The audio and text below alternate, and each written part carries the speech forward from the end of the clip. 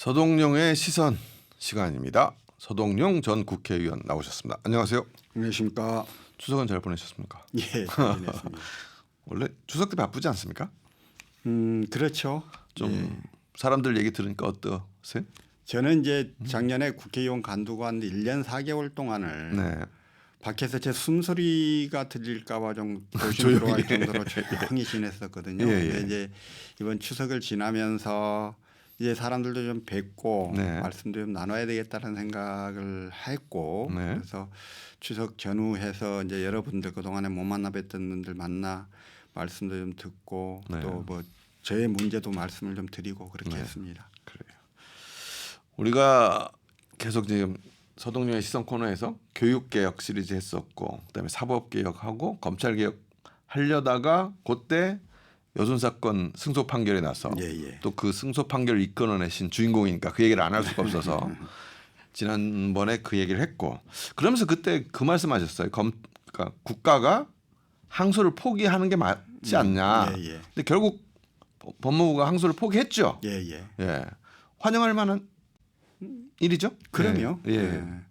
이게 이제 국가 폭력에 의한 희생이잖아요. 네. 그런데 그거를 국가가 그 여순 사건 위원회 같은 위원회를 만들어서 진상을 규명하고 이렇게 해서 네. 그 위원회가 희생자라고 결정해 줬는데 네. 그 결정된 희생자가 국가를 상대로 소송을 해서 1심 법원에서 이겨놨더니 네. 국가가 또 항소하고 상고하고 해서 무한히 시간을 끌고 있는 이거는 굉장히 폭력적인 일이거든요. 네. 그래서 이제 그건 하지 말아야 할 일들이었던 건데 지금까지 관행적으로 진행이 되어 오다가 네. 이번에 이제 법무부가 그걸 이제 정책적 결단을 한 겁니다. 네, 그러니까 그렇죠. 물론 네. 과거에도 1심에서 이긴 사건에 대해서 국가가 항소를 안 한 경우들이 있긴 했어요. 그런데 그때는 그 국가의 소송 수행자가 개별적 판단을 통해서 항소 여부를 결정했는데 네. 이번에는 이제 법무부 차원에서 네. 예, 그 정책적 결단을 이렇게 내려준 거여서 네. 굉장히 의미가 있는 거지요. 이 정책적 결단으로 이렇게 항소 포기한 건 처음입니다. 아 그런가요? 예. 어쨌든 우리 서 변호사님 의지대로 됐는데 그런데 그때 중간에 법무부는 포기한다고 뭐냐 공식 보도 자료 같은 걸 내고 그다음에 검찰이 또 항소장을 넣었다 이러면서 좀 약간 왔다 갔다 하는 그 소란이 있었는데 그건 어떤 검사가 거예요? 항소장을 넣은 건 아니고 예. 그 이건 국가배상 소송입니다. 네. 국가배상 소송은 그 법상 상대방이 대한민국이고 네. 대한민국의 그 대표자는 법무부 장관이도록 돼 있습니다. 그런데 법무부 장관이 이제 직접 소송 수행 못하니까 공무원들한테 소송 수행을 시키는데요. 네. 그 소송 수행자가 이제 항소장을 넣은 겁니다. 네. 그런데 그게 이제 검찰이 아니고 예. 근데 어떻게 된 거냐면 저희가 구례 유족들 그 희생자 총 26분에 대해서 네. 승소 판결을 받고 나서 제가 정성호 법무부 장관한테 장문의 문자를 여러 차례 보내서 항소 포기의 결단을 내려주셔야 한다. 또 그렇게 하는 게 이재명 정부의 정체성이 맞다라고 네. 하는 점들을 강조를 드렸고 또 우리 지역 출신의 그 다선 의원들 우리 이제 순천 출신의 김태년, 장경태 의원들한테도 부탁을 해서 그 정성호 장관한테 직접 말씀을 좀 드려달라고 했고 네. 또 우리 저 신정훈 행안위원장 한테도 또 부탁이 들어가서 그분도 직접 만나서 부탁을 했고 이제 이렇게 되면서 네. 그 처음에 법무부가 보도자를 냈던 게 광주지방법원 순천지원에서 진행되고 있는 126명의 사건과 서울중앙법원에서 진행되고 있는 희생자 24명의 사건 이 두 건에 대해서 항소를 포기하기로 했다 이렇게 발표를 했어요. 그러니까 그렇게 구체적 사건을 특정해서 한 거였고 여순 사건 전반에 대해서 항소 안 하겠다 이런 결정은 아니었던 그렇죠. 거죠. 예, 처음에. 예. 이제 그래도 이거를 이제 항소를 포기하면 다른 사건들 다 그렇게 형평성 차원에서 할 수밖에 없는 거잖아요. 저희는 기대를 걸고 있었는데 그 틈에 이제 그 순천지원에서 진행되던 여순 사건 소송인데 이제 그 몇 분이서 이렇게 하던 또 따로 별건으로 다른 하던 사건이 있었는데 그 사건에 대해서 이제 소송 수행자가 항소를 해버린 거였어요. 그랬더니 네. 이제 그 사건이 다르군요. 예, 그 예. 사건을 담당하는 변호사가 이제 발끈해가지고 그 SNS에 올렸고 네. 이게 이제 보도가 되고 그러면서 또 일부가 정성호 장관한테 그 뜻을 전달하고 해서 정성호 장관이 이제 그 항소도 취하하는 걸로 그래요? 예, 이렇게 예. 결정을 했기 때문에 그 전 건에 대한 앞으로 취소가 앞으로 이루어지겠네. 이제 최소한 정성호 장관이 계시는 동안에는 네. 여순 사건에 관해서는 이제 항소를 하지 국가는 항소를 하지 않는다. 저희는 이제 그렇게 이해할 정도가 되지 않았을까 그렇게 항소는 안 생각하고 한다. 있습니다. 네. 그러면 1심이 아직 안 됐거나 1심이 진행 중인 것은 그냥 그건 1심 결과를 지켜봐야 되는 거겠네요. 예. 그래서 순천 유족회도 진행하려고 하신다고 계획하셨으니까. 예, 이제 그것도 이제 원래 저 내일 선고였는데요. 네. 예, 그 이제 무슨 상속 관계에서 조금 법리적으로 정리해야 될 게 있어가지고 이제 저 선고는 좀 미뤄졌습니다만 네. 그 앞으로 이제 진행되고 있는 대부분의 사건들이 네. 이제 국가가 패소한 부분, 네. 그러니까 유족들이 이긴 부분은 네. 국가가 항소를 하지 않겠다고 한 거고 네. 반대로 그 유족이나 상속인들이 패소한 부분이 있습니다. 네. 이러저런 이유로 네. 그 부분에 대해서는 이제 항소를 당연히 해서 그건 예, 유족들이 항소하는 유족들이 거니까. 항소해서 네. 이제 그렇게 갈 거고요. 네. 그래서 이번에 이제 구례 유족들이 진행했던 그 사건에 대해서 항소 포기가 됨으로써 지금 집단 소송으로서 광주지방법원 순천지원에 진행되고 있는 다수의 사건들에 대해서 이제 많은 분들이 좀 상당히 희망을 갖게 그렇죠. 됐죠. 예. 앞으로 선거에도 긍정적인 영향을 미치게 뭐 될 이제 거니까. 선거야 네. 또 법리를 갖고 할 거지만 예, 예. 이렇게 되면 그 희생자들이 조금 빠른 그 확정 판결의 확정이 가능하겠구나 이렇게 생각을 하니까 희망을 좀 갖게 되시고 예. 제가 이제 그 전에도 그런 말씀 드렸습니다만 그 고령의 유족 한 분이 네. 나라에서 주는 돈으로 아버지 산소에 소주라도 한 잔 따르고 죽고 싶다 이런 네. 말씀하셨는데 네. 그런 그 소망을 이루시기에 조금 그 시계가 빨라진 거니까요. 그렇죠. 빨라진 거죠. 예. 예. 그건 좀 긍정적으로 평가할 만한 일이라고. 그러면 이제 생각합니다.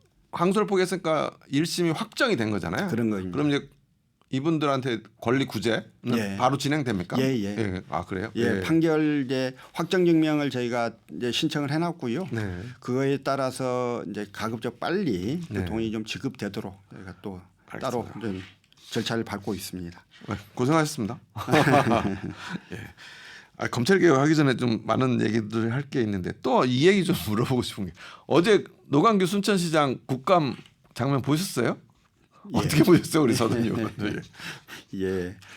그 우리 여수을 지역의 조계원 의원이 이제 국감 증인 신청을 해서 그래서 주로 조계원 의원만 질의를 하는 뭐 그런 거였던 것 같은데요. 네. 이제 당초 국감 증인으로 신청을 할 때는 그 김건희 게이트 그렇죠. 등과 관련한 뭐 이런 것들이 주된 포인트인 걸로 이렇게 이야기를 했었는데 네. 실제로 이제 질의 과정에는 뭐 그 내용이 있긴 했습니다만 네. 오히려 내용이 더 많은 건 여수 MBC 순천이 가져간 거에 대한 분노감을 거기서 표현을 하신 것 같아서 예. 그러니까 김건희 게이트랑 어떤 연관이 있을까 이게 사람들의 관심이었는데 그 얘기가 아니고 여수와 순천의 약간의 서로 좀 그러니까요. 갈등 같은 영상이 이제 비쳐서 김건희 이야기도 하시긴 하셨어요. 예. 그러니까 왜 조계원만 했을까? 김건희 여사 관련된 거면 다른 사람도 좀 달라붙지 않았을까 싶었는데 아무튼 조계원만 했고. 간혹 이제 국감을 네. 하면 네. 그 지역 문제를 좀 쟁점화하기 위해서 증인 신청을 하고 막 이런 경우도 좀 있거든요. 그러면 그 지역 네. 국회의원의 어떤 홍보나 이런 걸 위해서. 뭐 이제 결과적으로는 그렇게 될 텐데 네. 어쨌든 예, 그런 분들이 가끔 계시는데요. 네. 어제도 그냥 단순한 지역 문제처럼 보였어요. 네. 이제 아닌 것처럼 막 김건희를 포장하고 하기는 했지만 지역 문제인 것처럼 보여서 네. 예. 보인 게 아니라 거의 지역 문제였어요. 예. 그래서 제가 볼 때는 조계원 의원이 좀 이득을 얻은 것보다는 제가 볼 때 노광규 시장이 더 이득을 얻은 것 같은 느낌이 저는 들던데. 예. 뭐 노광규 시장으로서는 또 설명할 거는 설명을 해버린 네, 그러니까. 계기여서 예. 예. 뭐 노광규 시장한테 더 불리했다 이렇게 보기는 어려운 것 그렇죠. 같아요. 예. 하여튼 그렇습니다. 이제 본 주제 검찰 개혁 얘기해 보죠. 왜 우리나라는 이렇게 검찰 개혁이 중요한 문제가 됐습니까? 전 세계적으로요. 예, 예. 그 준사법기관이라고 할 수 있는 기관들 중에 수사와 그러니까 범죄 수사와 처벌 등과 관련한 기관들 중에 수사와 기소를 한 기관이 독점하고 있는 나라는 거의 없어요. 네. 한국만 그랬거든요. 그러니까 처음에 이제 그 해방 이후 우리 정부가 들어서고 형사소송법을 만들고 기관들을 구성을 할 때 그때 수사권과 기소권을 누구한테 줄 건가가 그때도 굉장히 심각하게 논의가 됐었습니다. 예.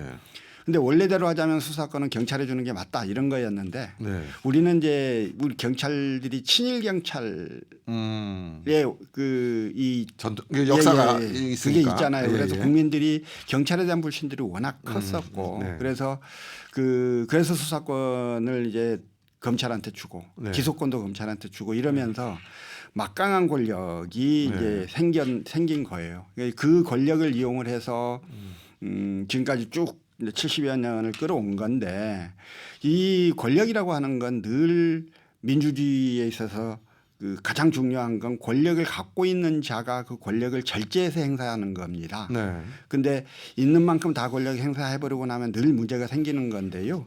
지금까지 우리 검찰은 선택적인 수사와 기소 그리고 자기 편에게는 관대하고 반대자에게는 엄격한 그런 관행들을 너무 많이 보여줬고 또 이제 과도한 권력이 집중이 되다 보니까 검찰 손을 통하면 모든 게 다 해결되고 네. 이제 이렇게 돼서 우리도 주변에 뭔 일이 생기면 꼭 검찰 출신 정관 변호사를 선임을 해야 된다거나 이제 이런 문제들이 계속 이제 누적되어 왔던 거고요. 네. 이제 그런 것들이 차근차근 축적되다 보니까 한국에서는 특히 검찰권을 좀 제어할 수 있는 방안에 대한 논의가 계속 있었던 거죠. 이게 검찰 개혁의 이름으로 계속 좀 논의가 되어 왔었던 거죠. 네. 그런데 이게 예전에 21대 국회 때 검수완박법 그러니까 검찰의 수사권을 완전히 박탈한다. 이 검수완박이 그거죠. 그 법을 통과시켰잖아요.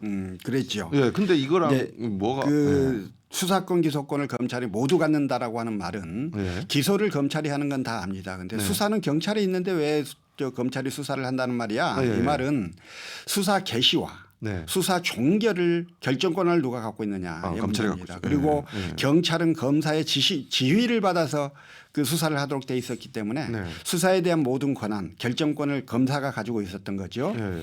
근데 이제 이걸 너무 검사들한테 권한이 집중되어 있으니까 이걸 좀 풀어주자. 네. 이걸 경찰한테 일부 넘기자. 예. 이게 이제 검경 수사권 조정 문제 아니었어요. 그렇죠. 예. 검경 수사권 조정 문제만 해도 오랜 시간 동안 많은 논의가 있었고 네. 검경의 대표 주자들이 만나서 많은 토론도 하고 이랬는데 그렇죠. 이게 이제 조금씩 이제 경찰이 네. 직접 수사할 수 있는 사건의 범위들이 조금씩 늘어나고 있었고요. 네. 그러다가 이제 지난 21대 국회 때 이제 소위 이제 검수완박법이라고 잘 부르시는 네. 그 법이 검찰청법하고 형사소송법이 통과가 됐는데 그때 통과시킬 때 가장 핵심은 검찰이 직접 수사할 수 있는 네. 그런 그 사건의 범위를 네. 총 6개에서 4개를 없애고 2개만 남겨두는 그러니까 검찰이 직접 수사할 수 있는 거를 6개에서 2개로 줄이는 그렇게 대폭 줄이는 방향의 검찰청법하고 형사소송법 개정이 된 거였거든요. 기억하시는 대로 그때도 그 법 통과시키느라고 막 민영배 의원이 무소속으로 가서 그것 때문에 지금 특위위원장 된 거죠. 예. 그렇기도 했고 어쨌든 그런데 이제 그렇게 법을 통과를 시켜놨는데 그 윤석열 정부 들어서 한동훈 법무부 장관이 그 무슨 사건 등 이 등자를 빙자해서 시행령으로 전부 다 6개 다 검찰이 수사할 수 있는 걸로 바꿔버렸잖아요. 그러니까 법률을 시행령으로 그 범위를 정해버린 도저히 있을 수도 없는 반헌법적인 그러니까 시행령은 더 하위법인데 그 완전히 위헌적인 그 행동을 한 건데 그것 때문에 사실상 21대 국회가 그 검찰의 직접 수사권 범위를 좀 좁혀놓은 걸 도로 그냥 그 위야무야 시켜버렸던 거거든요. 그래서 이제 그 부분에 대한 반감들도 계속 있었던 거고 그래서 뭔가 좀 확실한 검찰 개혁 예, 방안들을 찾자. 네. 이제 이런 과정에 이제 검찰청 폐지 이야기까지 나오고 그게 급기야 실현이 되고 이렇게 된 거죠. 그렇죠. 그렇게 해서 이제 검찰 개혁을 담은 정부 조직법이 국회를 통과했고 그러면 이제 바뀐 법은 어떤 내용을 갖고 있는 겁니까? 예. 정부조직법은 이제 정부의 각 부처가 어떠한 사무를 담당하는가 이런 것들을 정하는 것이니까요. 예. 이번에 이제 근데 환경부를 기후환경에너지부로 바꾼다거나 네. 또 방통위도 명칭을 바꾼다거나 여러 가지 것들이 있지 않았습니까? 예. 그 모든 내용들이 정부조직법에 다 담겼습니다. 그런데 네. 이제 검찰 개혁과 관련해서 가장 중요한 건 네. 이제 수사와 기소권을 완전히 분리하자. 네. 그리고 별도의 기관에 두자. 예. 여기까지는 이제 완전히 네. 합의가 된 거고. 네. 그러면 기소권은 기소청에 두고 네. 공소청이라고 공소청에 하죠. 두고 네. 중요 수사를 담당하는 그 중대범죄수사처 예. 중수청. 이 예. 중수청을 어디다 둘 거냐. 네. 이거를 같이 법무부에 두자라고 하는 주장이 있었고 네.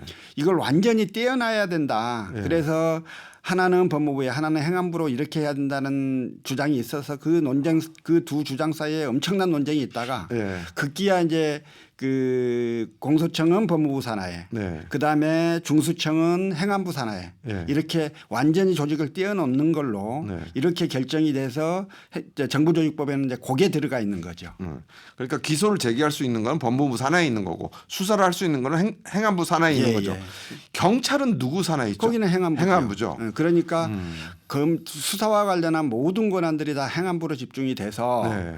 이게 좀 문제가 있는 거 아니냐 이런 이야기들을 좀 하시는 분들도 많이 그렇죠. 계셔요. 네. 그런데 이제 그 수사와 기소를 분리하는 게 주된 목적인데 네. 이걸 법무부 산하에다 남겨두면 네. 법무부 산하에 그 내청 같은 뭐 이런 게 되는 거잖아요. 두 기관이 예. 서로 또 이렇게 소통하고 이러다 보면 과거 경찰로 돌아가 버리는 거 아니냐. 네. 이런 불안들이 좀 커가지고 행안부로 완전히 분리한다. 이제 떼어놓게 된 거죠. 네.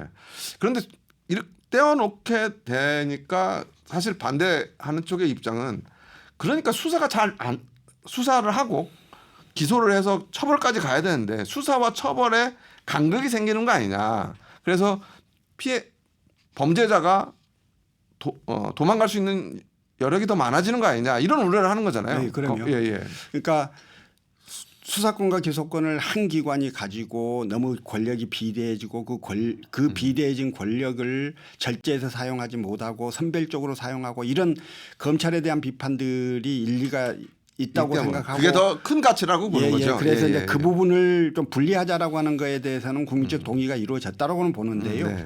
다만 이제 진짜 조심해야 되는 건 이 과정에서 국가의 범죄 수사 역량이 저하되면 안 되는 거거든요. 네. 정말로 이렇게 혼란의 틈바구니에 죄를 지은 사람이 아무렇지도 않게 살아가고 피해자들은 오히려 더 큰 고통을 당하는 이런 것들이 용납돼서는 안 되는 것일 거 아니에요. 그래서 이렇게 국가의 범죄 수사 역량을 저하시키지 않은 것 이게 가장 중요한 문제입니다. 그럼 이걸 어떻게 해야 되는 거냐의 문제가 사실 우리는 그러니까 검사의 지휘하에 수사가 이루어지고 그 수사 결과를 가지고 검사가 기소 여부를 결정하는 이 시기를 지금 70년을 살아왔던 거잖아요. 그렇죠. 그러니까 이게 익숙합니다. 이게 익숙해서 그렇게 안 하게 되면 어떤 문제가 생기지 않을까라고 하는 우려가 있습니다. 그래서 그 우려들이 좀 더 크게 목소리가 이제 이야기되고 있고 그러긴 한데요.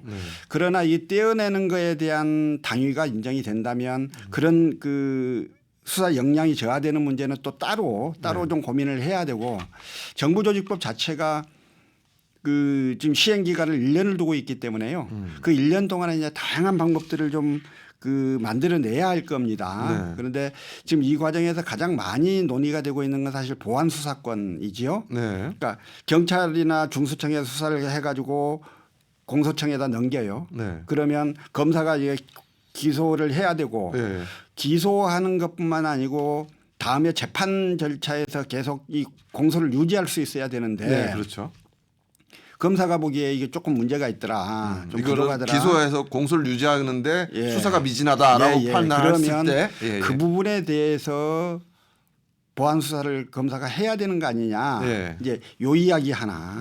근데 보안 수사를 인정하면 검찰 옛날 검찰로 돌아가 버릴 거다. 네, 다 보안 수사 시키면 어떻게 할 거냐. 그러니까 이제 이거죠. 이런 불안들이 있기 때문에 보안 수사는 안 된다. 네. 그러면 보안 수사를 경찰에 요구할 수는 있어야 되는 거 아니냐. 예, 그렇죠. 근데 이제 심지어 야 경찰 믿고 가자. 그것도 안 된다. 막 이런 다양한 이야기들이 있는 거예요. 근데 예. 저는 물론 보안 수사권을 주면 검찰이 옛날 검찰로 돌아가 버린다라고 하는 우려도 나름 일리가 있긴 한데요. 제일 중요한 건 범죄 지은 사람들이 제대로 처벌받을 수 있게 해야 하고 네. 피해자들이 완전히 보호받을 수 있도록 하는 게 가장 중요한 문제이고 네. 그런 측면에서 보자면 보안 수사라고 하는 게가 네. 그 검사가 공소 유지를 해야 할 그 검사가 보기에 문제인 지점 네. 이것들을 자기가 가장 잘 알 거거든요. 예. 그러면 그 한도 내에서는 수사를 하도록 해주는 게 맞지 않을까라는 게 저는 생각이 있습니다. 네. 이제 이게 만약에 오남용 돼가지고 너무 또 완전 옛날 검찰로 돌아가 버리면 어쩔 거냐의 문제는 네. 그거는 그거대로 제한 장치를 두는 게 맞지. 네. 보안 수사권을 완전히 막아버리고 나면 너무 검찰 그러니까 이 무슨 말인지 범죄 그럼 수사 현재 부분들이 법은 보안 수사가 돼야 안 돼요? 지금은 하죠. 지금은 하고 이제 네. 앞으로 이게 네. 공소청이 나눠졌을 때의 문제죠. 그러니까 나눠졌을 때 못하게 돼 있는 거죠 지금. 아직이요. 그러니까 아직은 이건 논의 중이에요. 그게 이제 앞으로 1년 내에 1년 내에 이런 논의하는 것들을 거예요. 정하는 예. 거구나. 예. 그래서 보안 수사와 관련한 문제가 큰 이제 쟁점 중에 하나고요. 네. 저는 이제 가장 좀 우리가 조심해야 되는 거 뭐냐면 수사와 기소를 한 기관에 붙여놨더니 문제가 생겼더라니에요. 예. 그러면 이걸 떼어놓자라고 하는 게 네. 떼는 거에 목적이 있는 게 아니라 수사를 담당하는 기관과 기소를 담당하는 기관이 상호 견제할 수 있어야 돼요. 예. 서로의 권한을 견제해서 네. 남용되지 않도록 하는 게 중요한데 네. 자칫 이걸 떼어내서 그냥 모두 다 중수청과 경찰로 넘겨놓고 나서 네. 보안 수사권도 인정이 안 된다고 보면 네. 그러면 기소기관이 예. 수사기관을 어떻게 컨트롤할 거냐 네. 어떻게 견제할 거냐 네. 이 문제에 대한 답이 없어질 수 있는 거거든요. 네. 그래서 항상 그 시각은 이 두 수사를 담당하는 기관과 기소를 담당하는 기관이 어떻게 상호 견제를 통해서 국민의 권리를 더 보장하는 방향으로 서로 조직들이 작용할 수 있게 만들 건가 이게 가장 중요한 문제라고 생각하고 근데 그런 논의는 거의 없고 그런 생각은 별로 없는 것 근데 같은데. 그게 예. 이제 앞으로 1년 이내에 예. 그 문제를 이제 풀어 나가야 하는 문제고요. 네. 또 하나 이제 또 어쩔 수 없이 말씀드릴 수밖에 없는 게 지금 경찰은 믿을 만한가에 대해서 예. 그 뭐 많은 국민들이 또 여러 가지 생각들을 가지고 있을 겁니다. 그러면 경찰의 수사 능력과 예. 경찰에 대한 국민의 신뢰 이런 것들을 완전히 좀 이렇게 담보하는 방안이 무엇일까에 대해서도 네. 많은 고민들이 있어야 되고 그에 대한 제도적인 대책들도 나와야 될 문제예요. 그런 것들을 1년 안에 좀 정리를 해야 되겠네요. 그죠? 치밀하게 토론하고 논쟁하고 해야 되는 건데요. 네네. 근데 그걸 하기 위한 그 TF를 구성을 하는데 네. 거기 이제 여당이 우리도 들어가겠다 그랬더니 이제 정부에서는 이건 정말 실무적인 부분이니까 정부가 하도록 맡겨놔달라. 네. 그래서 여당은 안 들어가고 이제 정부에서 네. 많은 전문가들하고 그 회의도 하고 논쟁하고 토론하고 해서 이거를 이제 대책을 마련하겠다고 좀 하고 있는 겁니다. 알겠습니다. 앞으로 더 지켜봐야 되겠네요, 그죠? 근데 뭐 그렇죠. 네. 예, 뭐 제가 물어보고 싶은 건 검사는 앞으로 어떻게 되나 이것도 물어보고 싶은데 시간이 다 돼서 예, 오늘 말씀 여기까지 하고요. 다음에 또 조금 더 얘기 나누든지 언론개혁 문제도 다음에 한번 더 다뤄보도록 하죠. 오늘 말씀 감사합니다. 수고하셨습니다. 네, 지금까지 서동영 전 국회의원과 서동영의 시선 함께했습니다.